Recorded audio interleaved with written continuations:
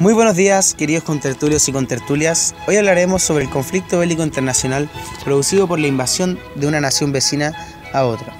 Primero, mostraremos una pequeña introducción de los países principalmente involucrados en este conflicto. Kuwait se encuentra situado en Asia Occidental.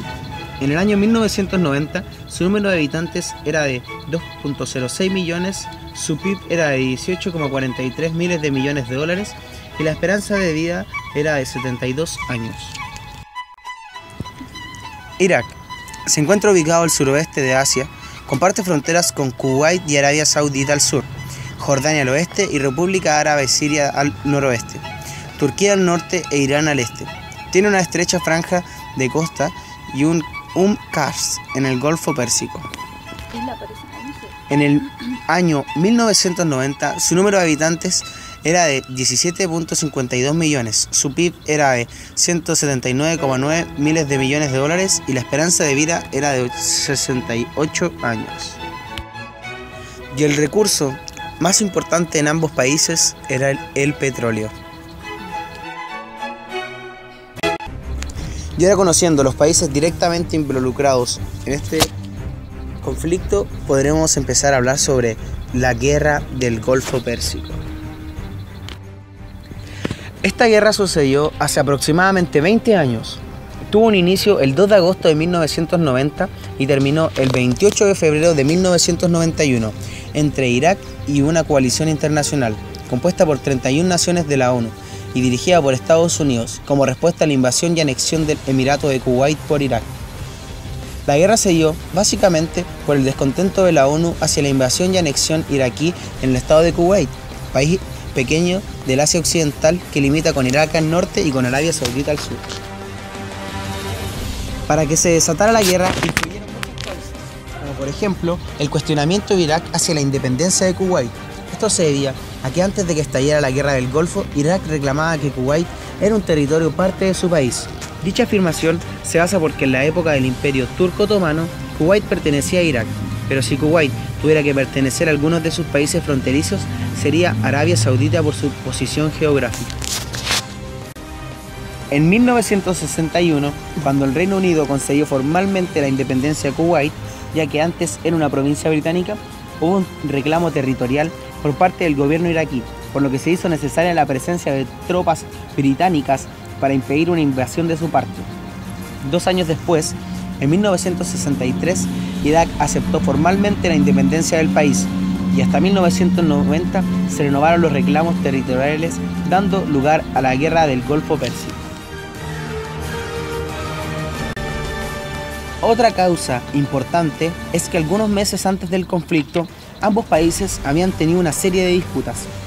Irak alegaba que desde 1980 Kuwait había estado robándole petróleo desde uno de sus yacimientos en Rumalia, cosa que no era cierta, porque nunca se comprobó. La invasión y anexión de Kuwait por parte de Irak estuvieron desde el principio relacionadas con el petróleo, pero detrás de ello se escondían los problemas económicos y las deudas que después de la guerra contra Irán, Irak había contraído. Lo que Hussein quería era poder vender el petróleo que producía a un precio más alto, para así generar mayor presupuesto y poder pagar la gran deuda de casi 40.000 millones de dólares, con intereses de 3.000 millones por año que debía a países externos. A Irak se le dio la oportunidad en 1999, cuando Kuwait y los Emiratos Árabes Unidos sobrepasaron su cuota de extracción de petróleo, lo que hizo caer su precio. En una reunión de la Organización de Países Exportadores de Petróleo, la OPEP, se exigió a ambos países que cumpliesen con lo estipulado, es decir, que moderaran la extracción del combustible. El resultado de las negociaciones parecía satisfacer a todos, excepto a Irak, que pidió que se aumentara el precio del barril de petróleo hasta los $25. La proposición de Irak sobre el aumento del precio no pasó a mayores al ser rechazada por la OPEP, y la oportunidad que se le había presentado se desvaneció. Pero Irak no dejaría por dicha situación se perdiera la oportunidad que tenía y amenazó a Kuwait con usar la fuerza si no se reducía sustancialmente su producción.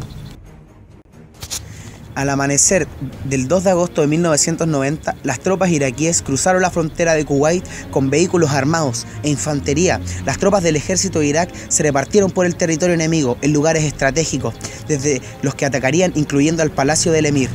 Levantaron campamentos de municiones y además establecieron bases militares donde tenían todo el armamento. Todo esto lo hicieron sin que los kuwaitienses se dieran cuenta. Después de haber sido atacados, el ejército de Kuwait quedó arruinado, aunque afortunadamente lograron que el emir, el gobernador del estado de Kuwait y la mayoría de sus fuerzas aéreas huyeran al país con el que tenían frontera al sur.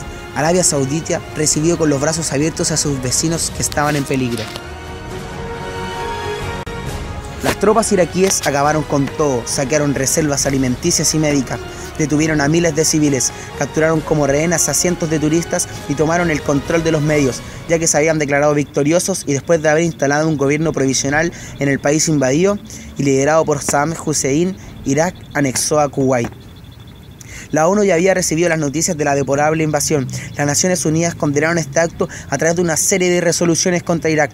Si Irak no salía de Kuwait antes del 15 de enero de 1991, todos los países aliados podrían atacar a Irak, estallando así la verdadera guerra.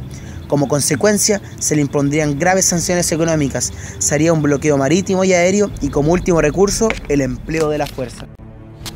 Antes de ello, y para evitar la guerra, queriendo resolver la cuestión de forma pacífica, la coalición intentó establecer acuerdos diplomáticos, pero ante la negativa de Saddam Hussein de acceder a la proposición, la ONU determinó el bloqueo total a Irak.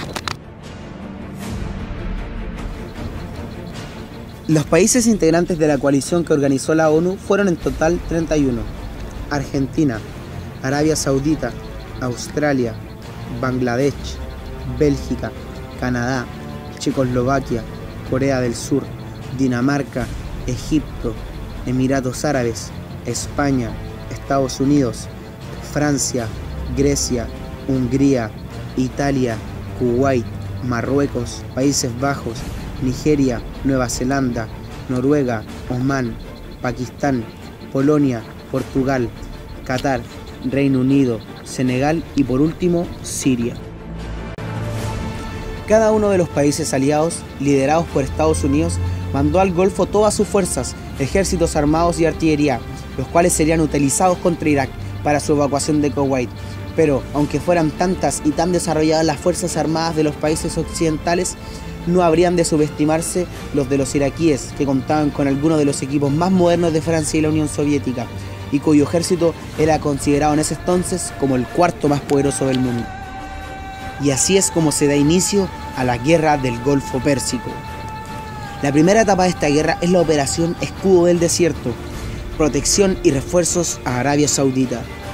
La Operación Escudo del Desierto fue la fase inicial de la respuesta total de los países aliados.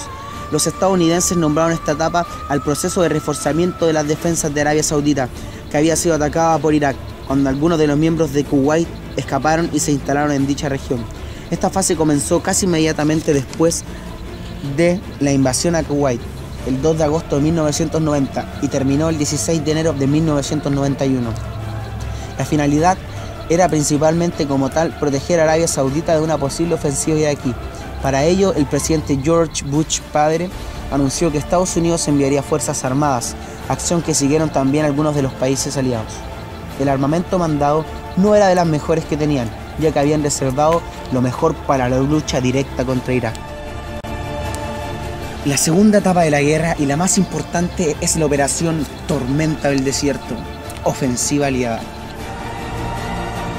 El 16 de enero de 1991, un día después de la fecha límite que la ONU había establecido para que las Fuerzas Armadas de Irak abandonaran la región de Kuwait y con ello a la supuesta anexión a su país, la coalición internacional liderada por Estados Unidos bajo la presidencia de Bush padre inició una campaña militar que incluía ataques aéreos y terrestres con el fin de obligar a los invasores a retirarse de Kuwait.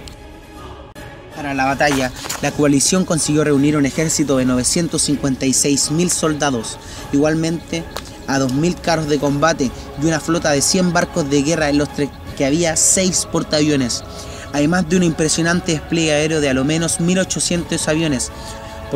Pero esto no era un problema para los iraquíes, ya que además ellos disponían de un ejército de 545.000 soldados, 4.500 blindados y 700 aviones de combate y algunos bombarderos. También contaban con un número de misiles y de algunas plataformas móviles con las cuales era posible dispararlos desde cualquier zona en Irak. Las tropas de Irak tenían ventaja, pero eran inferiores en aviones de combate y buques de guerra. En comparación con las fuerzas de la coalición, los puntos vulnerables de las fuerzas iraquíes fueron los centros de mando y de comunicación, y lo más importante, la estrategia militar.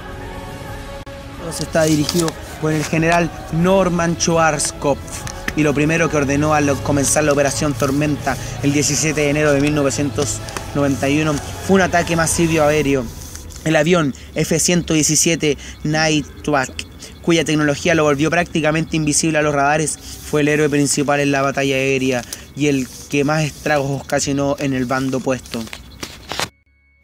La primera fase era destruir la capacidad de respuesta iraquí. Para ello se destruyeron infraestructuras, artillería, puentes, así como demoralizar a su ejército. Igualmente se consiguió desconectar los sistemas de comunicación y radares. Debido a todos los modelos de aviones diferentes que utilizaron durante la guerra, la coalición pudo desplazar rápidamente a Irak. Estados Unidos y sus aliados tenían estrategias militares muy frescas y pensadas por los mejores generales del mundo. Más que por las armas y el material tan moderno, fue la estrategia la que acabó con los iraquíes desde el primer ataque de la coalición. Estaban ya aterrados e intimidados por la impotente artillería contraria. Los bombarderos aéreos que se mantuvieron durante un mes acabaron con las fuerzas de defensa antiaérea iraquí. En comparación con las pérdidas de la fuerza aérea de la coalición, que fueron de tan solo 41 aviones, las de la defensa antiaérea iraquí fueron devastadoras. Se calcula que unos 127 aviones de Irak fueron destruidos durante el conflicto. En un intento por romper la coalición y provocar la salida de Egipto, Siria, Arabia Saudita y otras naciones árabes que estaban dentro de los países aliados, Saddam Hussein dio la orden de bombardear Israel y Arabia Saudita usando misiles para obligar al Estado hebreo a entrar en la guerra. El plan no funcionó, ya que a diferencia de lo que Hussein esperaba, los árabes e israelíes se abstuvieron de realizar represalias. Pero estos ataques obligaron a la coalición a modificar sus planes. A partir de este momento, las plataformas móviles con las cuales los iraquíes disparaban contra estos países serían el objetivo principal de los ataques. Para ello, Estados Unidos mandó algunos aviones para que rastrearan y destruyeran las plataformas de donde se lanzaban los misiles. Pero aún así, el 19 de noviembre de 1991 hubo un bombardeo iraquí que causó la muerte de varias personas. Tras este ataque, con el que respondieron las fuerzas iraquíes, se iniciaron las ofensivas por tierra. Este segundo ataque duró solo 4 días, desde el 24 al 27 de febrero, en que Kuwait y el sur de Irak fueron fuertemente bombardeadas y la capital kuwaití finalmente liberada. El 28 de febrero por la mañana, Irak se rindió y a regañadientes aceptó las condiciones impuestas por las Naciones Unidas. El 3 de marzo de 1991, en la ciudad de Safwan, el lugar de la base de la Fuerza Aérea iraquí, fue firmado el acuerdo sobre un alto al fuego. La guerra había terminado. Como consecuencia, después del conflicto, la ONU se encargó de imponer una serie de fuertes sanciones a Irak, el cual había sido previamente advertido de sufrirlas. Al término de la guerra del Golfo Pérsico se produjo un impacto en la población, ya que según datos del gobierno iraquí, en el curso de ataques aéreos fueron asesinados unos 3.000 ciudadanos. En los países defendidos también hubo varias pérdidas de civiles. En Kuwait murieron aproximadamente 1.000 habitantes. En Arabia Saudita e Israel se estimaron muy pocas bajas, pero hubo muchos heridos. Más de la mitad de los fallecidos eran niños menores de 5 años. Las principales causas de muerte fueron la mala nutrición y las infecciones.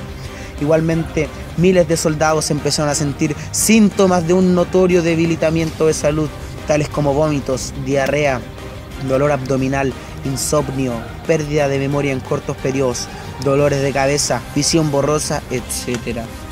Se cree que las principales causas de este síndrome radican en la exposición por parte de los soldados a armas químicas y biológicas. En la destrucción de Irak se podría decir que la guerra del Golfo terminó por destruir una sociedad que estaba seriamente desgastada por tantos conflictos armados, como los políticos al interior del país. Además, se sufrieron grandes impactos económicos, Los países de la coalición e Irak, pero principalmente este último, resultaron con una gran baja económica a partir del gasto que hicieron en el uso de aviones, buques, carros y armas de guerra que se perdieron durante el combate. A partir del gran deterioro causado dentro de Kuwait, el gobierno iraquí se vio obligado a pagarle alrededor de 75 billones de dólares para cubrir los daños. La ONU le aplicó un embargo económico muy fuerte, del que hasta hace algunos años pudieron recuperarse, gracias a las recientes inversiones extranjeras y a la venta de precios altos de petróleo, que recuperó su estabilidad rápidamente después de la guerra.